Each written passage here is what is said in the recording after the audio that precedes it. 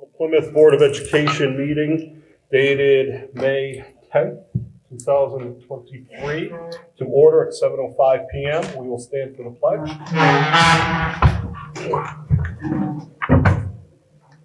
I pledge allegiance to the flag of the United States of America and to the republic for which it stands, one nation, under God, indivisible, with liberty and justice for all. Good evening, everybody.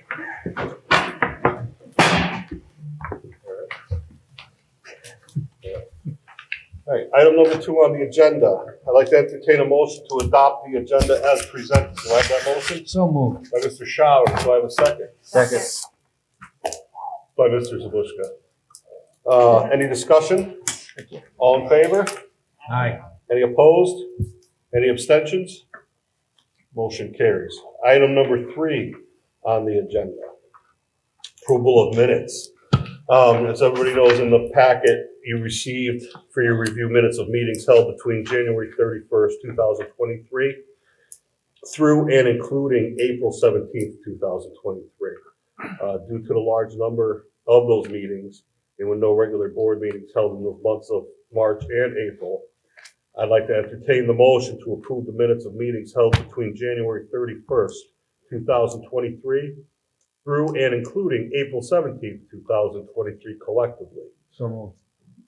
Thank you, Mr. Schauer. So I have a second. Second. Mr. Zabushka. Any discussion? All in favor? Aye. Any opposed? Any abstentions? All right. Item number 4 on the agenda, public comment. Do we have any public comment? Anybody would like to get up and say anything? Any kind words? No? All right. Seeing none, we'll move to item number 5 on the agenda, which is our student representative. We'll start with Robert.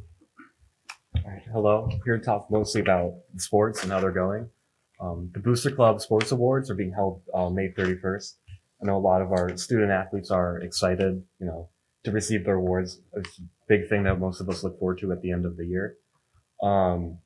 We'd like to report that for spring sports, the participation number has been very high, especially for track and field and for softball. Last year, softball struggled really bad with numbers, and then this year they were able to have a full team and play a lot of games. They played one game today against Thomaston. Did we win? I don't know. All right. All right. And then boys baseball played a game today, and their seasons are coming to an end quickly. Track, the Berkshire League Championships is May 20th. And so far we have 2 student athletes for track competing in states, which would be on May 30th. And that's it for sports. So this Friday, Mrs. Glazer is going to be hosting a senior give back day, where she's going to take a number of students and give them, and then bring them out into the community to do community service work. I think the big thing is they're planting trees and flowers around certain areas of the community, and kids are excited for that day. And that's it. All right. Thank you. Emily? So I'm just going to talk about things that have been going on in the school. So this week we're wrapping up our AP testing, and we have 9 AP courses and administer 9 tests. And we really appreciate the board's support for this opportunity for taking these AP courses, because I know for us it's a really good opportunity to take a college level class while you're still in high school. And we had 82 students take AP tests, and they administered 115 exams total. And additionally, the spring concert for band and chorus will be May 23rd, and they're going on a field trip this Friday. The drama club, it had their spring musical in April, and they performed Seussical. And our Spirit Week is next week, the 15th through the 19th, and the pep rally will be on the 19th. And the Career Center went on a trip to Sikorsky that Anna actually went on, if you want to talk about that a little. Yeah, the Sikorsky trip was a really great opportunity. We got to see the facility itself, the way, and Sikorsky is all about building helicopters for the military.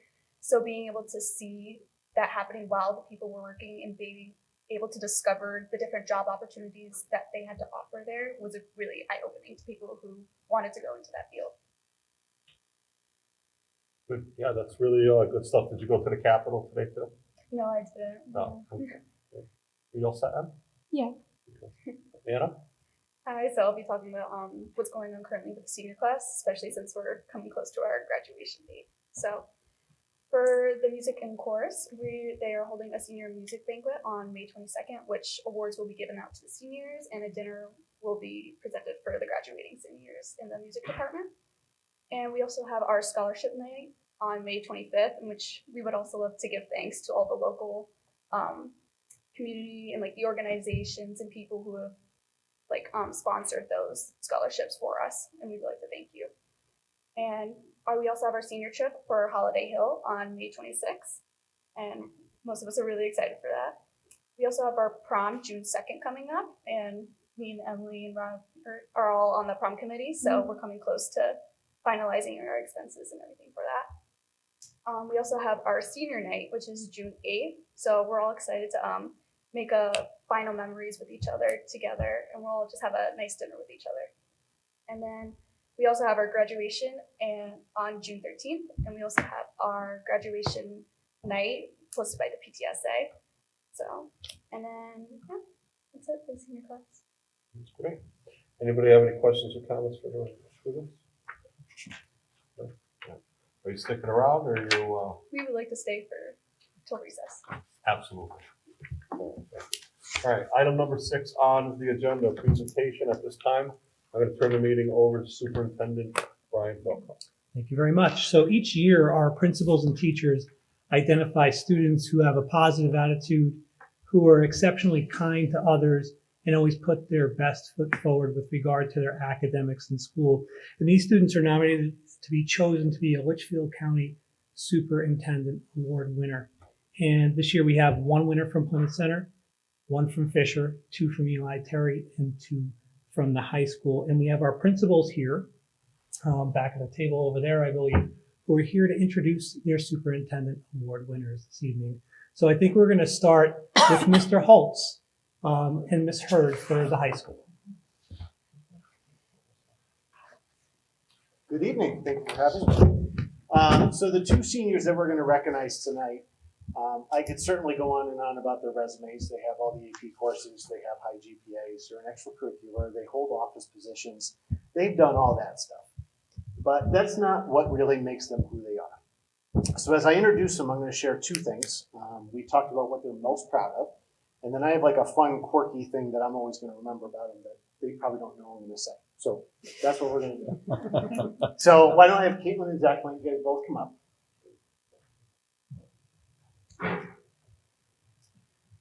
So it doesn't really matter if I start with ladies first, alphabetical last name, alphabetical first name. Caitlin's going first no matter what. So that's what we're doing. So Caitlin Brazee has her most proud moment, which wasn't a surprise to me at all, was the work that she's done on the yearbook this year. That I kind of thought was the answer. But she went on and she extended why it was that she was so proud of it. And I think it really shows the type of character that she is. And that is that she really wanted the yearbook to represent an inclusive group of the entire student body at Terryville High School. She's very cognizant of not having to just focus on this group of students or this grade level of students. She really wanted it to be a publication that was for all students here at the high school. So I think that's really tremendous that the amount of time that this kid has put into the yearbook, along with a couple of others that are on that committee, to make sure that it fits for everybody, really shows the true character that she has. Now, the fun, quirky thing. So if you've ever been here at dismissal, there's usually a mass exodus at 2:12. All the students are leaving to the buses or to their cars. And in the fall, sometimes I'll see soccer players coming back. In the winter, sometimes I'll see basketball players coming back. And right now, we'll see some of the softball and baseball players coming back. Well, pretty much every day, fall, winter, spring, Monday, Tuesday, Friday, rain, snow, sunshine, whatever, Caitlin is always coming back to the building. Caitlin is one of the few students that spends most of her day, I think, after school here. She's part of NHS, she's part of the yearbook, and she has dedicated a tremendous amount of her own time to give back to the groups that we have here. And that very much dedication and that compassion for others and the bonds that she's had is going to serve her well. She goes to UConn next year to study allied health services, sciences. So Caitlin Brazee. The next we have is Zach Emke. I had practice with Blake. So Zach is most proud of the fact that he has held himself to an extremely high standard for the 4 years that he was here. That also didn't really surprise me. But that wasn't the thing he's most proud of. He's proud of being able to do that while giving back to so many other groups and organizations in the school and building incredible relationships with both his teachers and his peers. I think he has probably as many good relationships with staff as he does his peers. He's certainly way more mature and wise beyond his years. So we've been thrilled to have him with us. We're definitely going to miss him. The fun, quirky thing. So 4 years ago, I see this goofy freshman walking around the hallways, and he has a Chase Elliott t-shirt on. Well, come to find out through conversation 4 years ago, both of us are passionate about racing. And so we have enjoyed Monday conversations after the weekend of on-track stuff for really the last 4 years. Fortunately for Zach, he has the right choice of drivers, so he's got good taste in that, and he's no longer that goofy freshman, as you can tell. So I am certainly going to miss having those Monday conversations with Zach, along with all the other chit-chat that we end up having. But Boston is going to be very lucky, as his personality and energy is going to be going to Emmanuel College to study psychology. Zach and Kate.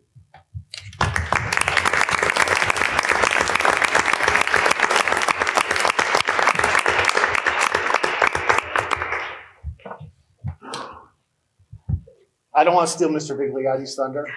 I'm pretty partial to one of the students from the Eli group here, though, too. I fortunately have known this young man since 4th or 5th grade and have had him on numerous basketball teams. So excellent choice.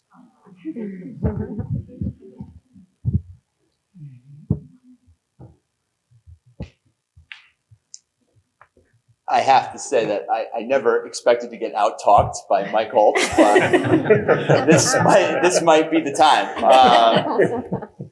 There's a first time for everything, as they say. I'm extremely proud to be here tonight to recognize Eli Terry's 2 superintendent award winners. I'm going to have them come up.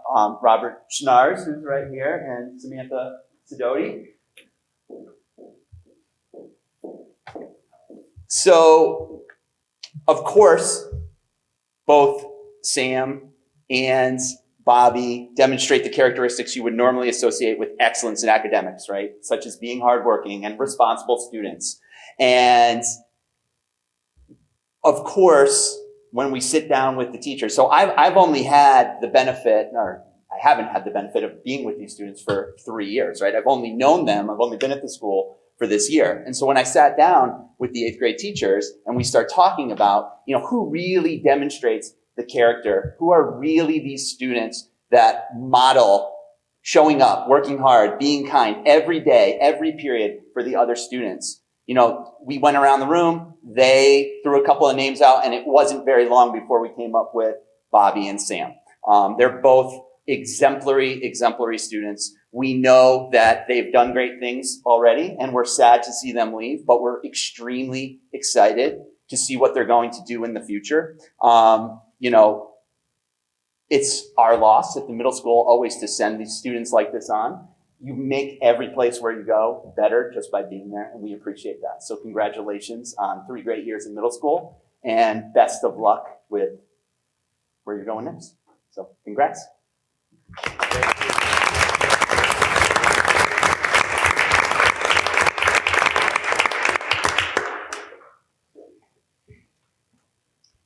Hey everybody, Harper, come on up. It is my pleasure to introduce Harper Yanovich. Harper is a hardworking student who displays integrity at all times.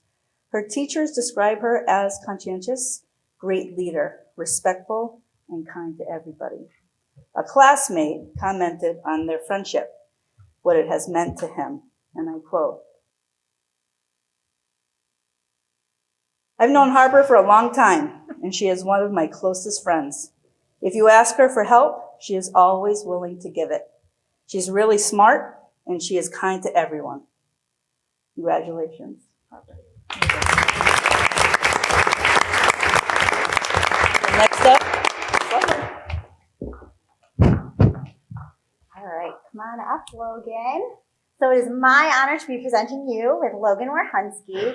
He is our 2nd grade award winner this year. Logan's amazing, always positive, always has a smile on his face, works really hard, creative student, great writer, super mathematician. And I think one of the things that we really pride ourselves in knowing Logan is that he always wants to help everybody. He goes out of his way to help kids, to help teachers. Anytime you need anything, you can count on Logan. So he's an amazing student, and as you can see, I hope you get to see him play baseball and hit some home runs this year. Congratulations, Logan.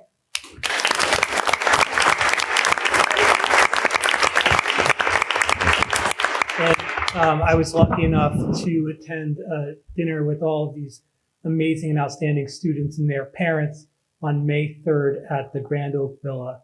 Where is that? Is that in Watertown? Well, if you're from Watertown, it's called Oakville. Right. That's where we went. And we had a great dinner together and honored them at that dinner. So congratulations once again. Thank you.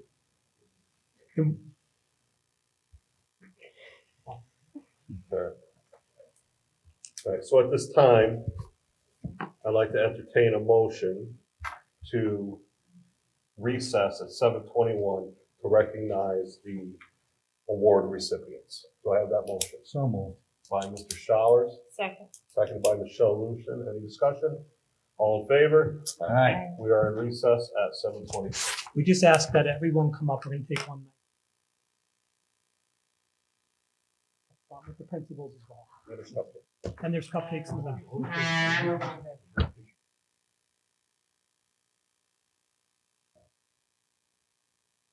Item number 9 on the agenda is a presentation from the administrative team, and she looks up there ready to go.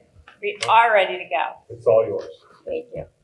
So we are going to take a little bit of time tonight because we're in May and we've only got about a month left to kind of go through some of the stuff that has happened in the district over the past year and to also give you sort of a preview of what's to come for next year. So last year, we put together a set of district goals that were focused on these 3 areas: student achievement, engagement, and well-being. And so as the building principals come up tonight and talk about both what's happened this year and what their plans are for next year, they're going to focus their work on these 3 areas. And so they're going to talk a little bit about what they've accomplished for student achievement, engagement, and well-being, and then what are some of their plans going forward into next year as they continue the work of the district's strategic plan. And with that, I'm going to hand it off to Beth Malone, the People Services Director, so she can tell you a little bit about her program. These clickers always stress me out. I hope I can do it. Good evening, everyone. I'm excited to be here tonight to share some accomplishments of the Special Education Department and what we hope to accomplish moving forward. So this year for academic achievement, one of my goals was to provide as many special education teachers as possible with the Wilson reading training. And additionally, I wanted to start training teachers on Orton Gillingham as well. We're finding that students are having unique reading needs and we need to be meeting them where they are. And I want to give the teachers as much training as possible to help the students and intervene as early as possible. Additionally, we are on our year 2 of our pre-K screening. So we have students who would like to attend our pre-K come in March, and we put them through a screening to get an idea of what kind of strengths and weaknesses they have. It gives us a great sense of what students will be walking through the door in the fall. The team likes it because it gives them that what to expect and how to plan for the fall. It's also a great method of child find, which is our obligation as a district to try and find any students that we suspect may have a disability. So we use that pre-K screening to do that as well. In terms of student engagement, I've talked to you quite a few times about the transition program. I can't speak highly enough for the transition team and what they do for our kids in the program. We have the rolling roos and barkaroos jobs here in school, so the students get on the job training during their school day. And we also piloted this year adapted specials at Fisher and Eli. Adapted specials are specials that are modified for students who may not be able to be included in the regular specials because they have limitations. So it could be PE, art, music. It's been very successful at Fisher and Eli. We hope to expand it more, but it's been something that we've been proud of this year. In terms of well-being, we started Unified Buddies, as I think I spoke at one board meeting earlier this year about, we've had 2 events for Unified Buddies at the high school this year. One was a holiday event, one was a sporting event in March. We look forward to expanding that next year. In addition, we have partnered with CJR, which is a Connecticut Junior Republic. This is our 2nd year. They provide us with a licensed counselor that provides counseling in the district. So they're able to provide more therapeutic counseling than what would be appropriate for our school counseling department to do. And it's during the school day for the students, which is really beneficial for the families. It's hard to get those appointments and get students to those appointments after school. This is part of their school day. It's so popular, we have a waiting list. So we're very thankful that CJR is providing this to us at no charge, and we're looking forward to partnering with them in further years. Looking forward to next year. We'll continue professional development for teachers in reading and math instruction. It's ever evolving. We're always going to continue that. That's always going to be one of my goals.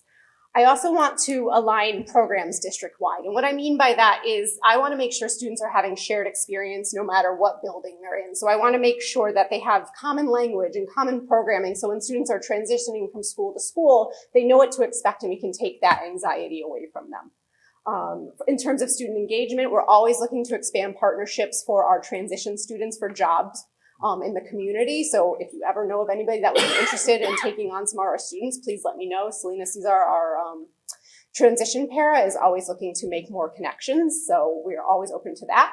We're also going to resurrect a greenhouse here at the high school. We are going to have the students be part of repairing the greenhouse. They'll be figuring out what they would like to grow in the greenhouse and how they will sell that product to the public. So maybe we'll grow mums and sell them at a flower sale. Maybe they'll make wreaths at the holidays. So they're going to be part of that whole business plan and get to have those skills right here as they are resurrecting the greenhouse. And in terms of well-being, I'm looking to expand Unified Buddies to Eli next year. I think it would be a great experience for our 6th, 7th, and 8th graders as well. And Steph and Darren are definitely on board, so we'll be looking at that. And Mike, Jess, and I have also been exploring the implementation of a unified sports program at the high school. So in addition to Unified Buddies, having that unified sports program where we can go and compete against other districts that have a unified sports program in various sports. And Mike will talk a little bit more about that during his high school presentation. So thank you for your support, your continued support this year for special education. I look forward to another productive year next year. And now I'm going to hand it over to Mrs. Levin to talk all things PCS. Thank you so much. All right, here we go. PCS, home of the future Roos. So we are super excited this year. We've had a fantastic year. I want to start off by thanking all of you for supporting 2 critical positions in our building. So the STEM and the library media positions have made amazing opportunities for our students and for our staff. So starting off, one of the biggest things that provided us was common planning time. So that's been huge. We've been able to put coaching in with all of our staff, which has been fantastic. And the collaboration across grades has been essential to our success this year. So we're, as you guys know, we have a new math program and we're implementing phonics this year. And so we were able to spend a lot of time talking about that, peeling that apart, really thinking about how is this implementation going? What are we doing? How are we pivoting? And having really rich conversations across our grade level teams that in previous years we have not had that opportunity. So it's been fantastic. We also were able to bring coaching into our pre-K group, which also is new this year for us to have the opportunity to do. And there, in literacy, we're working on integrity and bringing in handwriting without tears with them. And so they've gotten some really great PD out of our coaching team for that implementation, which is fantastic. A great way to start, and it feeds right into our K-5 programming, really. So that's been helpful. We've also aligned our SRBI and intervention with how it is up at Fisher.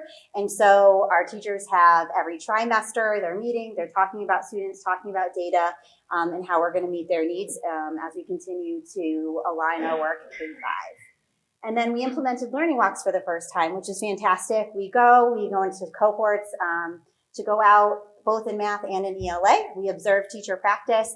We fill out surveys, and then we look at areas of strength, areas of challenge, and we pick a target area. So this year, for example, we really looked at the phonics program, and it turns out that we really needed to invest a lot of time in PD into what they're doing in rug time. And so that was really great because then we measured it, and then we went again and saw it at the end of the year, and we got to see all the growth that our teachers made.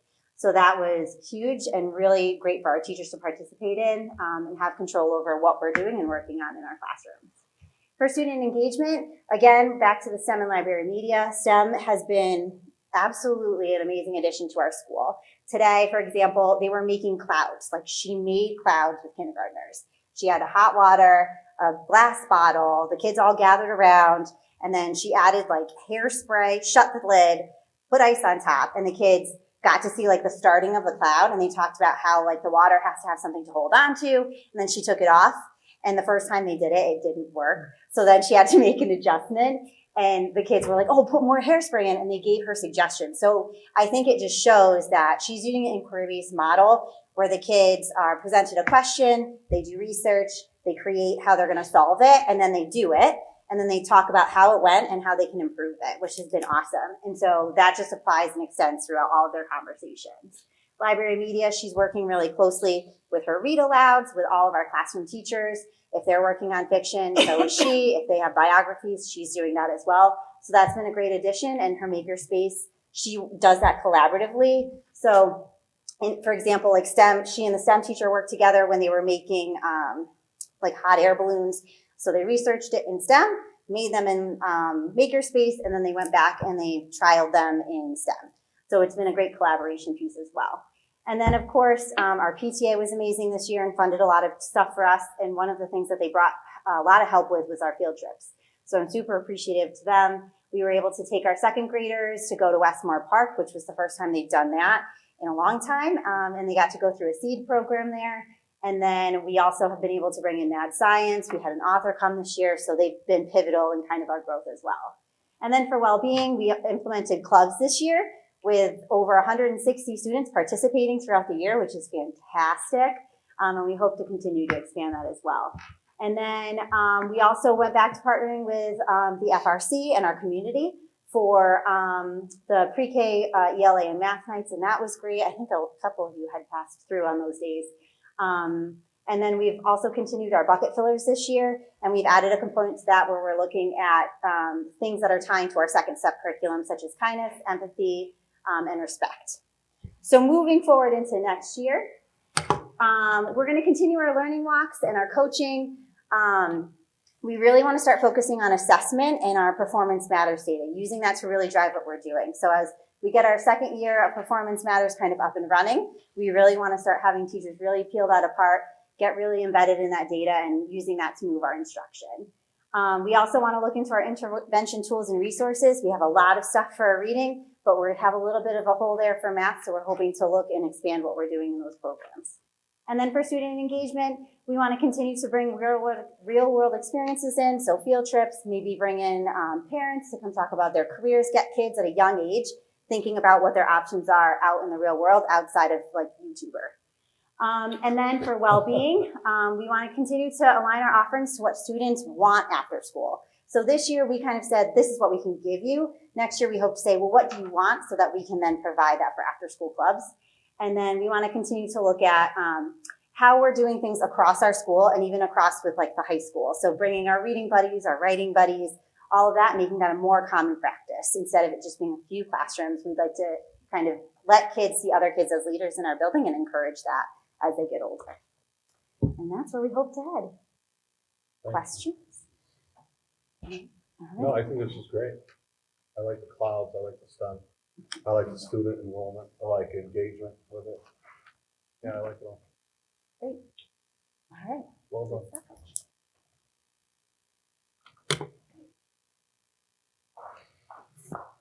I always mess these things up. Is it going to go up, down, over, and around? We'll see. So, hi, everybody. If you remember back in August, September, you did a lot of, you approved a lot of teachers at Fisher. So 8 of 12 new hires had less than 3 years of teaching experience. And so we spent a lot of time in common planning meetings and coaching cycles focused on developing that shared understanding for high quality instructional practices. We needed to speak the same language. So when we were doing our walkthroughs, we were looking for the same things, and teachers knew exactly what we were looking for, but we needed to bring that to life. We also adopted a new math program called Envisions, and this required. This was a huge learning curve, not just for teachers, but for students. In fact, the first week of school, I was passing by the third grade team, and the teachers were crying because they said the kids were just not getting it. Now, it was only the second week of school, and I said, we can only go up, right? Well, they have shown tremendous growth, and it's because of the rigor that's involved. And we're asking kids not just to solve a problem or an equation, but to use their skills and strategies to figure out how they're, and apply their understanding, whether they're going to add, subtract, multiply, or divide. By bringing in STEM and library, every student has the opportunity for 1 hour each day to go and to a unified art class. We've always offered PE, music, and art, but now thanks to you with the new program STEM and with library, kids are able to enjoy, and tap into that brain and be creative at least an hour a week.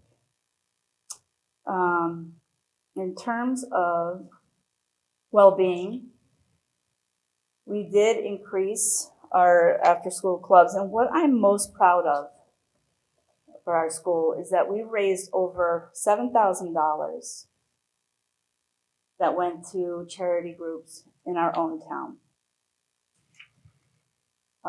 The food pantry received over $1,000 from us, but also these students who are in this club, this leadership club, actually went there because I felt like it was really important for them to understand what are we contributing to and where this place was and who we're helping.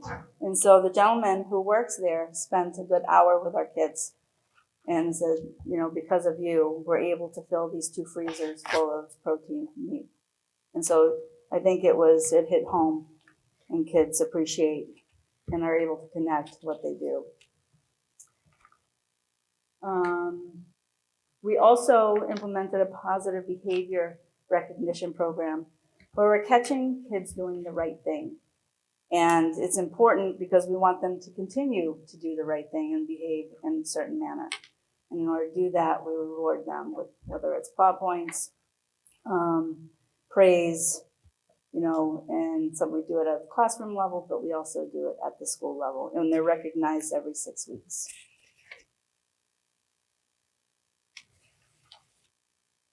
Going forward, we're going to continue to focus on best practices, but we're going to focus on that mini lesson where our teachers are only talking and instructing, whether they're thinking through a strategy or a skill, for about 12 to 15 minutes, because it's really important that the rest of the time the students are working together in partnerships or working independently.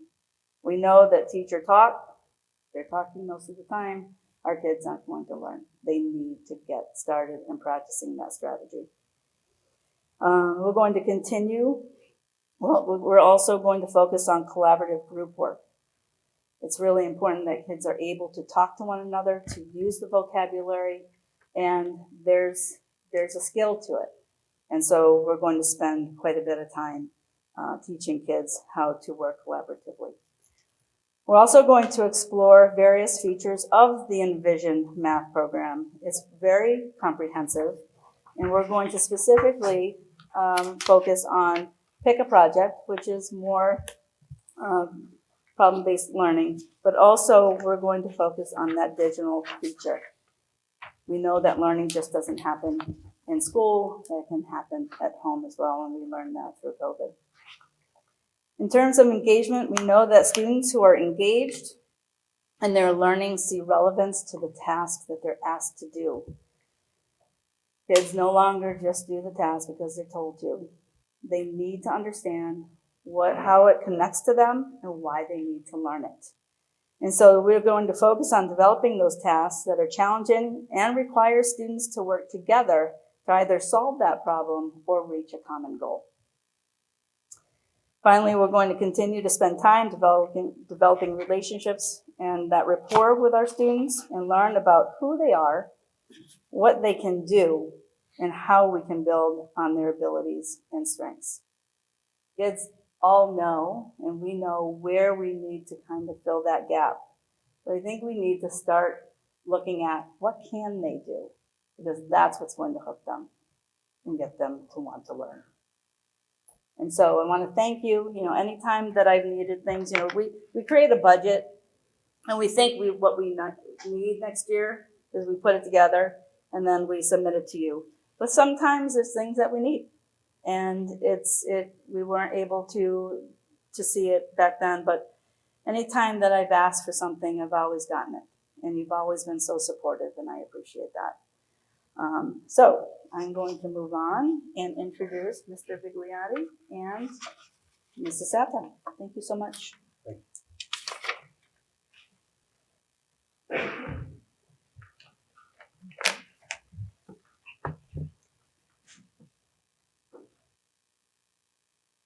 All right. So engagement, achievement, and well-being, you know, you've heard a lot about these goals, right? These are our district goals. So what we're doing at Eli Terry Junior Middle School, Mrs. Sato and I, is we're really in the process of translating these district goals into a middle school program that challenges all students to show up every day. Be present, be engaged, right? Show up every day. And we're trying to inspire them to work hard and be kind members of the community. And why are we doing these things? We're doing these things because we want to prepare them for success in the world outside of school and in high school. And it's interesting to have the opportunity to stand here and listen to K to 2 and 3 to 5, and then think about 6 to 8 going to 9 to 12, because it's easy to compartmentalize that. But one of the things we've been thinking about lately, and that's why we have this little image on the right over there, is, you know, these students are on a path. They start in kindergarten or pre-K, and they go all the way up to 12th grade. And what we're doing in the middle school, and the reason why we have this particular picture there, is we're really taking children, right? They're 5th graders, they're kids, and they're in 6th grade. And when they leave us, like the 2 students that we just gave the awards to, they're going to high school. And I just think that that picture really captures that difference to me when we have a 6th, a 7th, and an 8th grader. And it was really surprising to me when I showed up at middle school, having never really worked with 6th graders before, and thinking there was a difference between 9th graders and 12th graders. Well, it's nothing compared to the difference between 6th graders and 8th graders, right? So what we're really looking to do is help these students show up, work hard, be kind. That's our way of talking about engagement, achievement, and well-being. And everything we're doing programmatically, everything we're looking at how do we align things to move it in that direction. So Mrs. Sato is going to talk a little bit about all the things that we're doing right now this year already. So this year, one of the biggest things that we did was make changes to our schedule. And that has allowed for us to do a lot of different things that have helped us to really build cohesiveness throughout the building to achieve that work hard, show up, be kind. So one of the things was that we benefited from with the schedule change was our ability to separate out special education and intervention students. And through this, kind of as Beth had already mentioned during her presentation, we were able to bring in new reading programs for students to really focus on what their individualized needs are. So it gave more opportunities for learning. We were able to add in family and consumer science as well as technology education, and that was largely thanks to this board.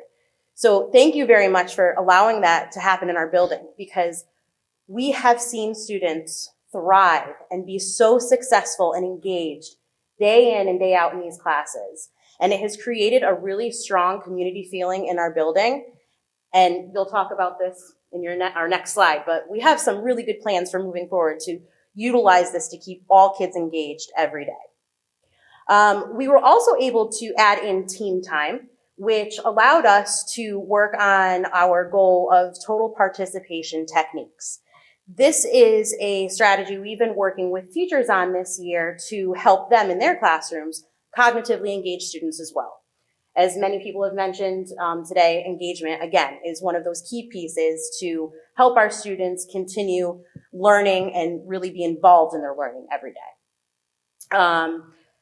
Another really big piece of what we did this year was create some proactive and reactive strategies to help with behavioral management and structure within the building. And this, in turn, allowed students to become, again, more engaged. So, for example, our teachers were trained in trauma-informed instruction so that they could proactively reach students within the classroom. And they were also trained in de-escalation strategies. We also created a cohesive progressive discipline policy that is cohesive, again, throughout the whole building and consistent, that goes all the way from classroom teacher through to us here in the office. And additionally, we have some assistance protocols that we put in place. So really this year for us has been all about building pieces that support our goal of engaging all students all day, every day. And Mr. Bigliotti is going to tell you how we plan to continue doing this work for next year.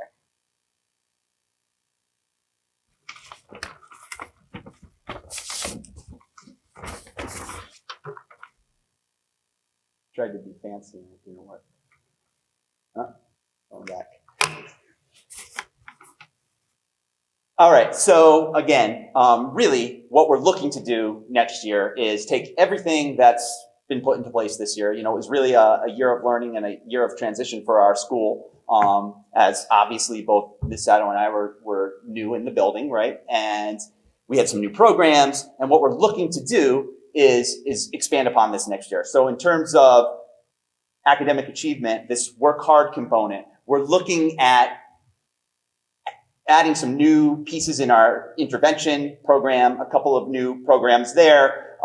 We are looking at revising right now. We're developing a school-wide grading policy that aligns more closely to what's going on already up here at the high school, part of our effort to build connections from the middle school up to the high school and get kids prepared, make things a little bit more coherent.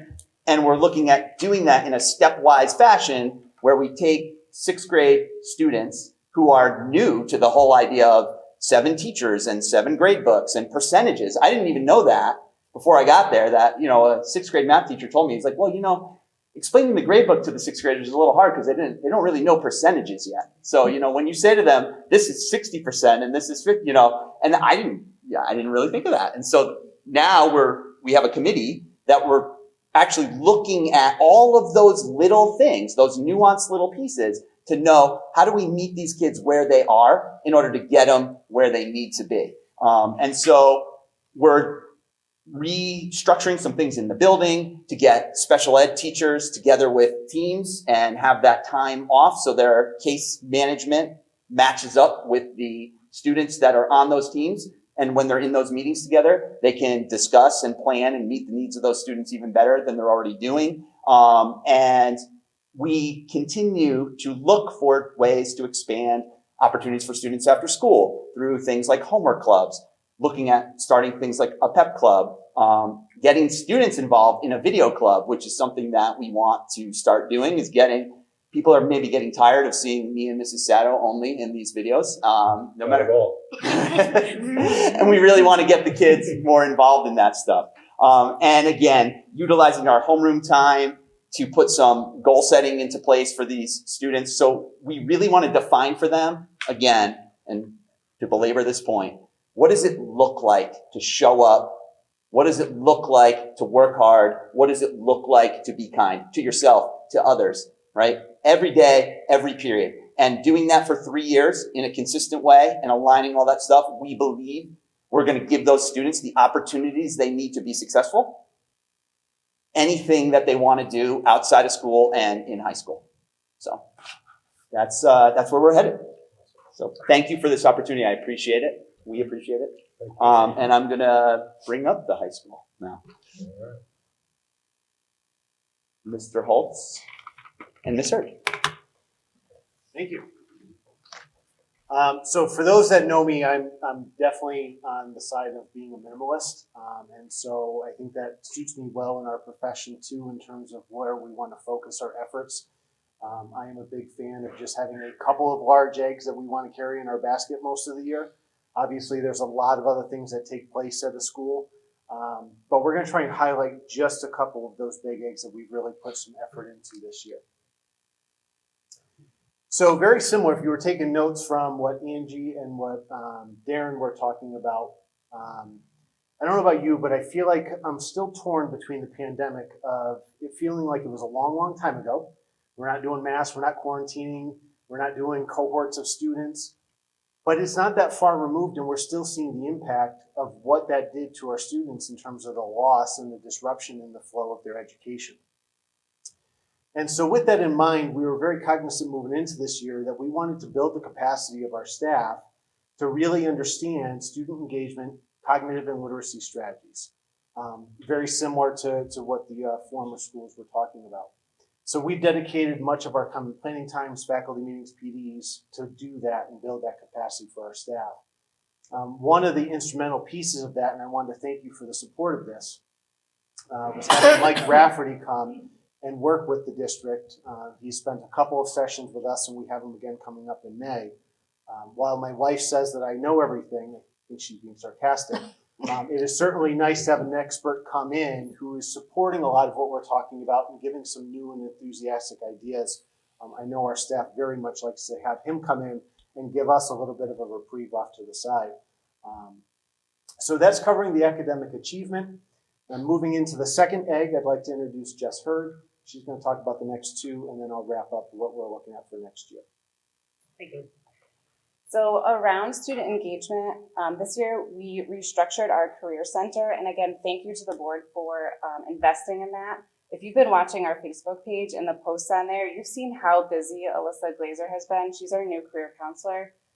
She's taking the students, there's some pictures there, on multiple field trips and bringing in really interesting guest speakers. The students are really excited to talk about their experiences when they come back. And behind the scenes, she works just as hard. She meets with the students individually and helps them explore their career interests and then kind of maps out for them what life could look like for them beyond high school. And then around well-being, this year we implemented the Student Assistance Team, or SAT. It consists of myself, our guidance support staff, the nurse, and our SRBI interventionist. We meet bi-weekly and discuss student concerns. And like Beth said, we have a CDR counselor come in. She's fantastic. The kids love her. She has a big caseload. There is a waiting list, but she's right here in the school during our school day meeting with her caseload. And from all of those supports, we've seen a lot of growth with our students around social, emotional, and academic well-being. All right. So moving forward to next year, I feel like we have a really strong foundation with our staff in terms of understanding the instructional framework that we actually were putting in just before the pandemic and the understanding of those student engagement strategies that we had already mentioned. So the next step is really looking at what are the tasks and the prompts that we are putting into the putting in front of the kids throughout our lesson. And so we've already started to plant the seed of that. We're going to use a cognitive engagement model. It's basically just a quadrant, compares participation levels and cognition levels. And there are appropriate moments for each of those quadrants to show up in the lesson. But we really want to take that time when we have our CPTs and PD and faculty meetings to be looking at what are those questions that we're having students do. What are the readings that we're putting in front of the students? What are we having them write about? Is it appropriate that it's just kind of a low cognition, we're having everyone engaged, or are we trying to push them to a higher level? So that's going to be the next level of work around our academic achievement. In terms of the student engagement, I feel like at a high school, we really have two responsibilities to our students. The first is to help them develop the skills that they're going to need, the prerequisite skills, to be able to pursue whatever it is that they may want to pursue. The second part, though, is understanding what the heck is it that they're going to pursue.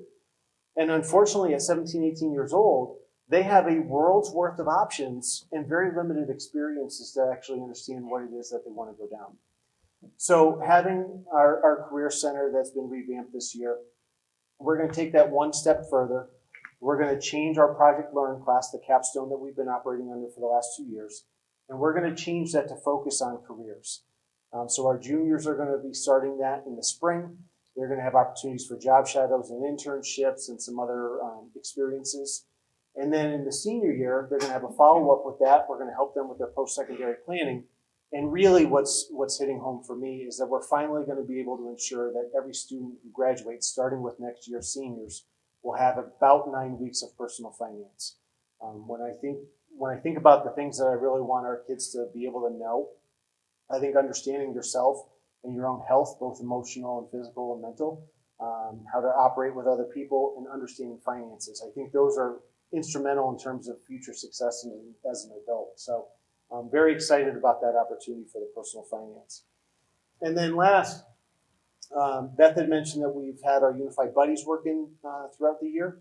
They've done the holiday ornaments. They did a fierce game of kickball about a month or so ago, and they're organizing a disc golf competition that they're going to host, I think, during the day to try and encourage a little bit more participation, because it's kind of a little tricky to get rides for some of our students. But next year, what I'd really like to do is work with the Berkshire League. I've already had some conversations. There's been some turnover in the Berkshire League, but some groups have interest. They don't have a Unified Buddies yet, but they have some students that they could see participating. Other schools do have a Unified Buddies program. And I'd really like to be able to try and get some of those groups together at some of the events that we're doing. I look at some of the opportunities that a lot of our students have that are playing sports, where they get to interact with students from other high schools, and they get to kind of know some of these kids as they've played against them for the last 3 or 4 years. And so I'd like to have that same opportunity for the students in our Apple and our transition programs, be able to meet other students from other communities that are very similar to them and enjoy some of those experiences. So we are looking forward to adding maybe another event, maybe getting up to 4 and having 1 or 2 of those combined in some collaborative form with another Berkshire League school. And with that, I'd like to turn it over to Kathleen to wrap the show up. Can I say one thing? I know that today, you mentioned that school of career counselor. She had the kids out at was supposed to be a show at the Capitol, technology show. She was approached by one of our state reps, and the kids actually went onto the floor and saw a bill be passed, and he recognized them formally to the House, which was nice to see. Information I didn't have yet. I'm sure I would get that tomorrow. Thank you. I have a video. I'll Appreciate sharing it. All right. Thank you. As you can see, we've been doing a lot of really great stuff this year, and there's a lot of big plans for next year. The last little piece are some odds and ends things that are happening at the district level that haven't necessarily been mentioned as part of the work that's being done in each of the buildings. And so I'm going to go through a few things real fast to kind of wrap up that piece and bring in our 4th goal, which hasn't been mentioned yet, which is the fiscal responsibility goal, and then we'll be all set. So at the district level, one of the things that we're doing with the academic achievement piece is, in conjunction with some of the changes that are happening with the evaluation system because of state law changes and with the portrait of the graduate, we're going to be working with the administrative team on high quality instructional practices using some staff developers from EdAdvance. And so we have set up, actually our first session of that is going to take place next week. And then we're going to have several sessions over the summer, and it's going to continue into next year, where we're really going to start to look at those high quality instructional practices as a way both to improve our feedback to teachers about their instruction, but also as a way to support the development and eventual rollout of that new evaluation system that's coming. The other things that are going on in the academic achievement area that have been mentioned only tangentially, Performance Matters was brought in this year as a new data warehouse to replace EduClimber. It has a lot more functionality than EduClimber had, and next year we're going to continue to roll out more parts of that, specifically to the secondary level, where some of that higher functionality will probably be used more. And obviously curriculum revision is ongoing. A lot of the focus next year will be on ELA and social studies, but we will also be continuing to support some of the changes that are going on in math. For student engagement, we are finalizing a contract with Post University right now to offer online classes for our students here at the high school. And so hopefully we'll be able to start rolling that out next year. We are also going to be supporting the continued development of the STEM programs at the younger grades. We spent a lot of our time and energy trying to get the STEM or the tech ed program and the family consumer science program off the ground at Eli last summer. this summer, we're going to kind of switch gears a little bit and kind of look at the Fisher program and try to get some more resources for them, because we have a little bit of Title IV money that we're going to be able to push in that direction. In terms of well-being, we have also been trying very hard to stay committed to our common planning time commitment, and that's going to continue into next year as that time kind of gets really well established after a year. And we're trying to build opportunities for the staff to get to know the students better and as individuals, and you kind of heard some of that in some of the building level ones. Now, the last goal, which is the one that hasn't really been talked about very much, is the fiscal responsibility one. You were all involved in the budget process this year. We are extremely grateful to you for all the hard work you did to get the budget referendum passed, because it's enabling us to do so many of the things that you've seen on this list tonight. And one of the things that we're really going to spend some time as a central office team looking at next year is the replacement cycle for big ticket items that don't exist right now. So those big ticket items are textbooks, computers, uniforms, and musical instruments. A lot of these items are thousands of dollars in the case of musical instruments, or tens of thousands of dollars in the case of textbook replacements. And we don't have a very well-established process for that. So one of the things that the central office team is really going to start working on next year is kind of putting that in place, so that we don't have these up and downs in the budget where, like, oh, we have to buy, for example, the math books for the elementary school. You know, that's a big up in the budget because that cost us $160,000. If we could even it out a little bit, it would be less impactful in terms of the final number on the budget from year to year. So those are the things that we're going to be working on. And as many people have said, thank you so much for your support this year. Thank you for all the work you did in terms of getting us the budget for next year. And we look forward to another great year. Thank you. I would just like to say one thing, and I'll be quick. This work is the work of a team. You see a leadership team that's creating alignment through the district from pre-K all the way to 12. The work they're doing and the focus on the board goals is very clear in the work they're doing. And I want to thank the team for the hard work they put in all this year, and the teachers, the paraprofessionals, the nurses, the custodian. Everyone is on the same page, and how much they care for our kids and everything they're doing for our kids is really unbelievable. So the work is really, really impressive. But it starts with that team over there and over here. So thank you so much for you too. Thank you so much for all you've done for our school. Not you, Matt, I guess. Yeah. You're out. Well, you only have one goal up there. Pays for all that. You gotta figure out how to do all that. Wow. You Thank just got you, the honorable everybody. mention. All right. Item number 10 on the agenda is the superintendent's update. It's still your turn. I promise to be quick again. I'd like to congratulate our 2023 Terryville High School valedictorian salutatorian.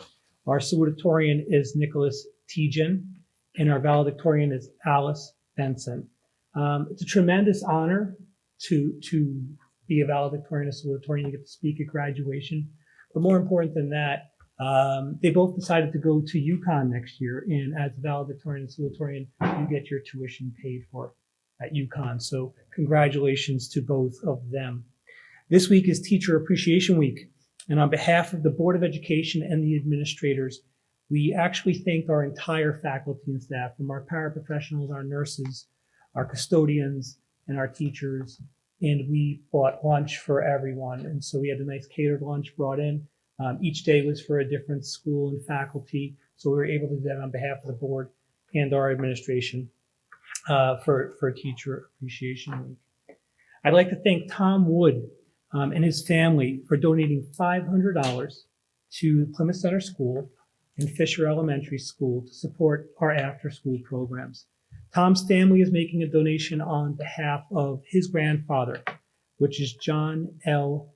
Ustowski, who passed away in 1982. And I believe Lou Zabushka's mother worked very closely with Mr. Osowski. He was the principal at East Main Street School for a number of years, and he made such an impact in the school and in the community where they named a field behind the former Main Street School after him in 1983. So again, we'd like to thank Tom and his family for their generous donation. And finally, I want to remind parents, the last day of school will be Wednesday, June 14th. This is definitely, as you heard from the students and all the activities that are going on in each, at the high school alone, but in each of our schools. That's an exciting time for the parents and students with scholarship night, field days, prom, step-up programs, and graduation. So with the exception of prom, I'll be attending a lot of these events. And if any of you are interested in joining me, just please let me know.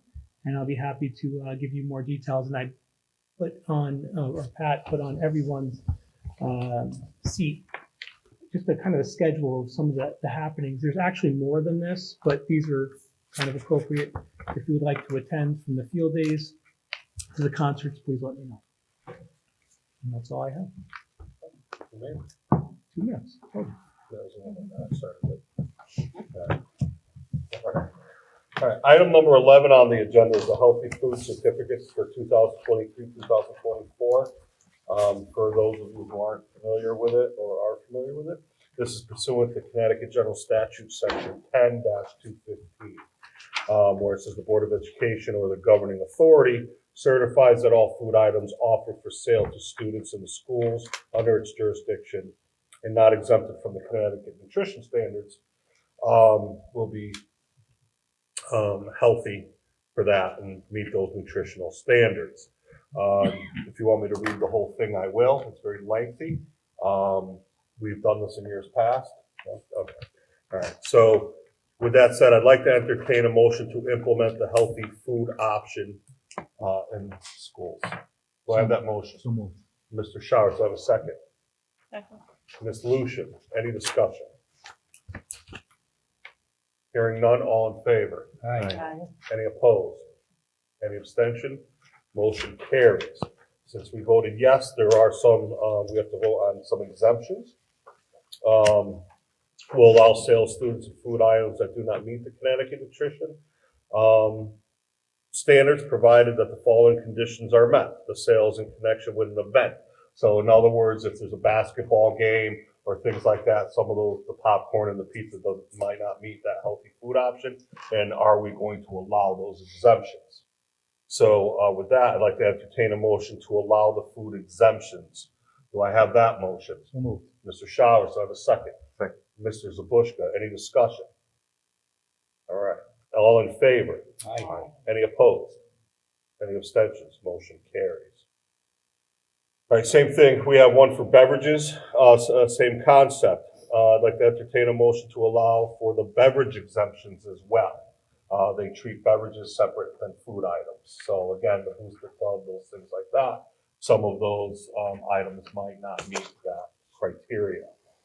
So with that said, I'd like to entertain a motion to allow for the beverage exemptions. Do I have that motion? So moved. Mr. Showers, do I have a second on that motion? Second. Mr. Zabushka, any discussion? All in favor? Aye. Any opposed? All right, motion carries. Excellent. Item number 12 on the agenda, finance and operations. At this time, I'd like to turn it over to Mr. Tenga. Good evening, everybody. Seems like we haven't, at least I haven't seen you guys in months. Imagine that. I will keep this brief. I just have a couple of things to touch on in addition to the what was in the packet. I think I covered most items in there. But where this week was National Education Week, May 5th was Lunch Heroes Day. So we did celebrate our lunch staff with hanging flowered plants. Everybody received one on behalf of the district. And so that you know, those same lunch folks are the people who provided lunch for all of our staff. So they put it together through the schools. Lunch kind of segues into what happens next year. It looks as if there will not be any state funding for free lunches next year. So we will go back to paid lunches for all students that do not qualify for free or reduced. I do have some concerns as we talk about this for next year because we've already discussed about not increasing our lunch prices at this point as we go back. But just some ideas of some of the costs that have gone up since pre-COVID is the minimum wage is now up $3 from where it was pre-COVID. And all of our food costs and supply costs are up significantly, as you see in your own grocery bills. So that leads me to some concern. We're starting to put a budget together now to see what that looks like. So hopefully in June, I'll be able to report to you more on that. But it is a concern for me at that point. Is there a bill in the House to continue that through next year? Is that in committee, out of committee? It's dead. It's dead. It's currently dead. So that's with the lunch piece. The last piece I'll just touch on, and it is in my report, but the end of this year's budget, right? We're really only about 6 weeks away. And my first 2 years, I was very confident and we're cruising in and we're going to be able to do some great things. This year is going to be extremely tight. So as I reported in the finance committee meeting earlier today is, we will not go into the sinking fund allocation, which was pretty much the plan all along, but there will not be any additional money at the end of this year to do anything else with. In fact, there's going to be enough money to get to the end of the year. As I frequently am in with Brian's office saying, well, here's where we are today, literally almost probably twice a day because I'm running reports so often and just continuously keeping my pulse on it and forecasting and reforecasting. But we had some significant costs this year. You guys were part of one of them that continues to rise. But also we did some good things as well, right? So we took all our paraprofessionals, we moved them to full time. That had an expense. So the money that we may have had by unfilled positions was used for those moving them to full time, both salary wise, benefit wise, and they're now qualified for the town pension. But also special education had to use an agency to fill some of the para positions because, as you know, paraprofessionals are very difficult to find. So we've had to use some of those. So that, along with the other incident that we talked about, is kind of eating up the money that normally I'd say, we're doing great. We're doing great, but there's not going to be a surplus. So with that, I end. Thank you. Any questions for Mr. Tender? All right, so in your packets, you have the personnel report supplied by the superintendent for your review, and the accounts by facility is also in your packet. All right, item number 13, public comment. Being none, we'll move on to item number 14, board liaison report.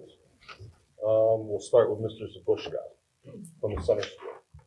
So the center school is right now, they're going to have a field day next month. It's on the list here. I volunteered to work it, and I've been helping out at the school with the craft club and doing other things. That's about it. I've been pretty busy this month. I was limited. I don't know how you fit it all Want to see my calendar? No. Are you all set? I'm all set. Right. Mrs. Condre Florenciani, show is yours. For Eli Terry Middle School, it's Staff Appreciation Week, and the PTA had a committee put together, and they're supplying something in the staff room for each day of the week. And they have a whole theme going and everything. They did a really good job of that. We were able to fund field trips for 6th, 7th, and 8th graders through the PTA. We have our last fundraiser for the year coming up. Who will be the painter instructor? It's May 19th. It's $25 from 7 till 9 p.m. I want to see you all there. The last one, everyone had a really good time and asked for another one. We were also able to give all of the 8th graders, when they go on their field trip to Lake Compounds, a $20 Visa card. We did that last year as well because they're a cashless place. So all of the kids would be standing in line, wasting their whole day trying to get money. So with the funds that the 8th grade committee raised, we were able to do that for them. And our next PTA meeting is May 17th at 7 p.m. in the library, where the new board members will be elected for next year. And the rest of the end of the year stuff will be discussed. For Booster Club, they're getting ready for their awards dinner. And the fair is like one of their biggest fundraisers for the year. And they really need a lot of volunteers to get through that 3-day weekend. It's a lot of fun. They do a really good job with giving shifts and letting everyone enjoy the fair as well. But that is one of their biggest fundraisers that they need help with. And any 8th grade parents that have children that play sports, you really want to get involved in the Booster Club. They do a lot of great things there. And their next meeting is also May 17th at 6 p.m. in the cafeteria here at the high school. Can you repeat that again? May 17th, 6 p.m. at the cafeteria. 17th, did I say 16th? No, you said 17. Okay. Yeah, you were right. Ms. Close. All right, the Terryville High School PTSA was not able to make the last meeting. I do believe they have a meeting sometime next week. I think it might also be the 17th, but there are a lot of meetings that night apparently. Yeah. And then for Ed Advance, we had our first in-person meeting since I've been back on Ed Advance. So we met up in Litchfield and talked about several items. We approved all the same things that we approved here tonight for the healthy foods and the exemptions and all of that. As Ed Advance does provide food services to several districts. We talked about their cost of living increase, and every employee gets the same increase across the board, including the director, so all the way up. We talked about the budget, a lot of talk about finances and budget and things like that. Ed Advance does work sometimes at a deficit, and as far as their bottom line budget, and that's because they're able to have a savings account type thing. So they have money that is not within the budget. But that is their goal. Their goal is to spend money. They want to give back to districts and to make sure the services are being provided. And they also make money. They are able to bring in income. So that is something that is different from our board. We also talked about personnel reports. The meetings were very similar, just like ours. And they talked about some new buildings that they are opening in the Torrington area, much like our Plymouth building here. And they talked about some projections of numbers of students and things like that. So lots of things going on there. And as always, if anybody's interested, they may join me for a meeting. Just let me know. All right. Greg, I'm going to jump in on safety committee for a minute. I know that we have met. We are going to pick that back up. There's some different changes coming. Just let me know. Different viewpoints, yeah. So we'll be picking that up. I just want you to know that. Okay. Board comments. Let's start with Mr. Showers. Well, I just like to say we worked the budget. We worked in this room, and it was much nicer than the gym. Oh, and for the vote, the referendum. For the people who actually worked the referendum. Mm-hmm. The only complaint we had was, I think there was 2 or 3 people complained that there wasn't a sign at the bottom of the hill down here saying where to vote. Okay. And that was up to the registrars. But then again, everybody knew that voting was at the high school. Standard complaint. But the workers, we really appreciated it up there. It was nice. And we don't have to worry about ruining the gym floor. Right. Very organized and well run as usual. Maybe next year we can get you in like a Statue of Liberty outfit with a sign. We'll put you down there. If I'm running for re-election, I can't work it. All right. You all set? Yes. All right. Let's go. It was great to see all of the students recognized tonight. It's wonderful to see their success and what wonderful people we're creating and all the work that the schools are doing. I like the alignment and the focus on, very clear goals. So it's really lovely to see. Look forward to next year. Excellent. Yes, congratulations to our students for their awards, well deserved.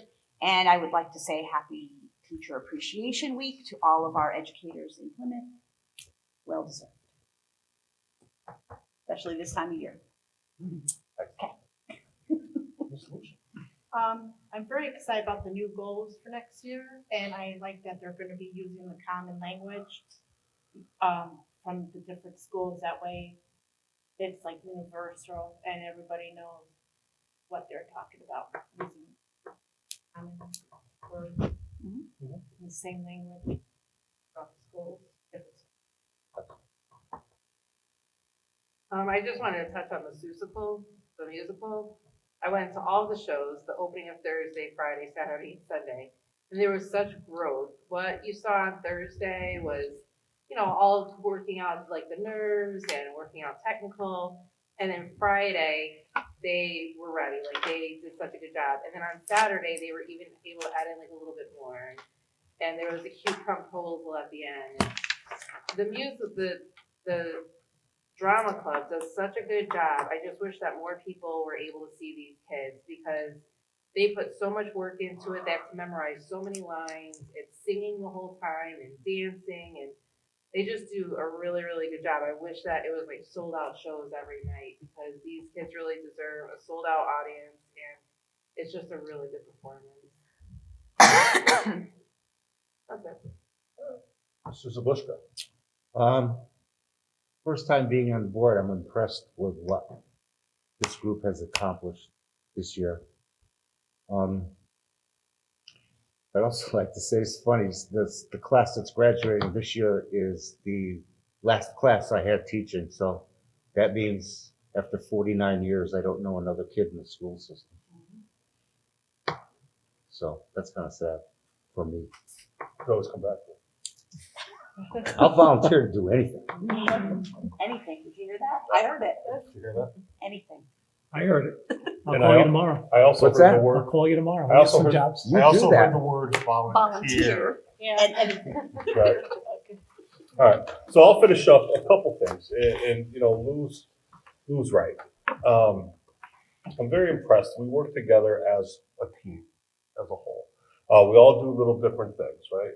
Cindy, your finance, you're always on that, right? You're always on top of the finances and that. And Mr. Perugino, Lou, you're very involved in the schools. You know, I know a lot of people. I see a lot of people throughout town and other towns.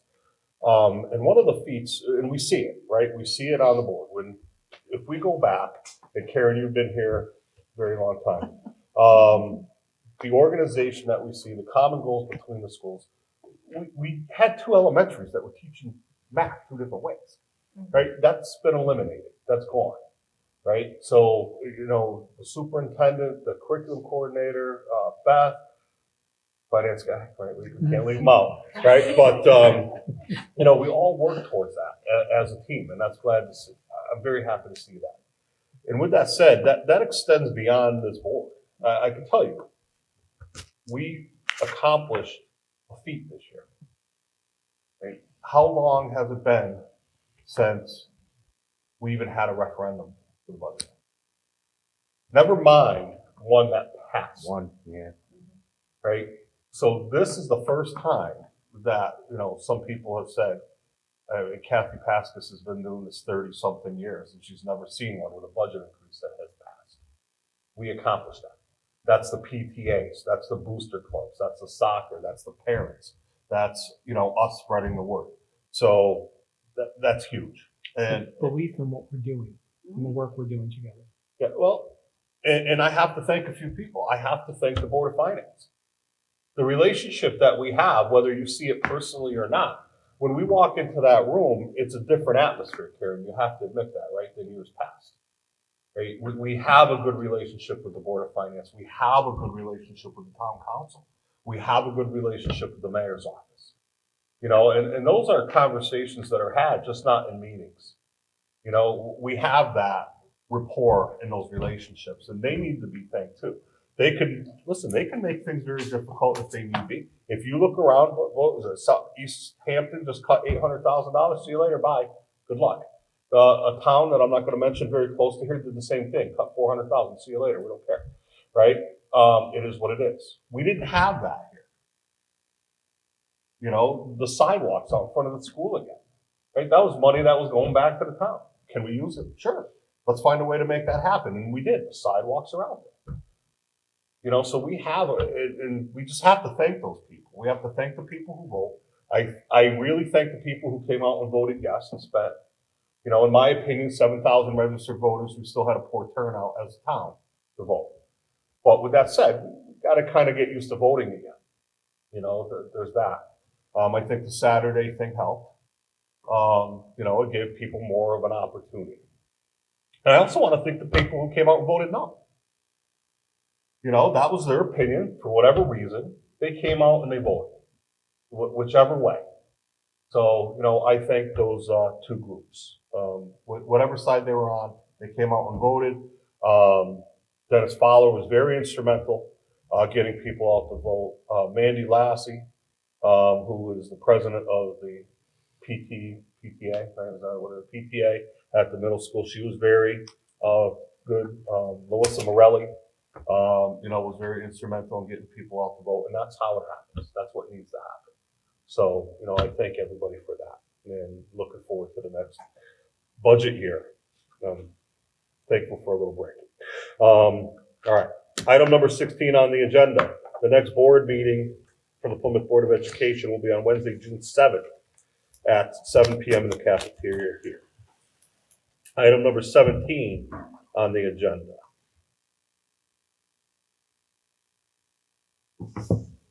We're not done. No. I'd like to entertain a motion to enter into executive session at 8:40 p.m. to discuss the following: inviting in Mr. Falcone, Superintendent of Schools, and Mr. Tensley, the business manager. Item number A, 2023-2024 budget, personnel matters and contractual related matters and informational items related to the outcome. Item number B, the contract between the Plymouth Board of Education and the Plymouth Nurses Association. And to discuss other possible contractual discussions with the International Union Unified Automobile, Aerospace, and Agricultural Implement Workers of America, otherwise known as the UAW Local 376. Do I have that motion? So moved. Mr. Showers, do I have a second? Second. Mr. Zabushka, any discussion? All right, all in favor? Aye. Any opposed? Any abstentions? We are in executive session at 8:41 p.m.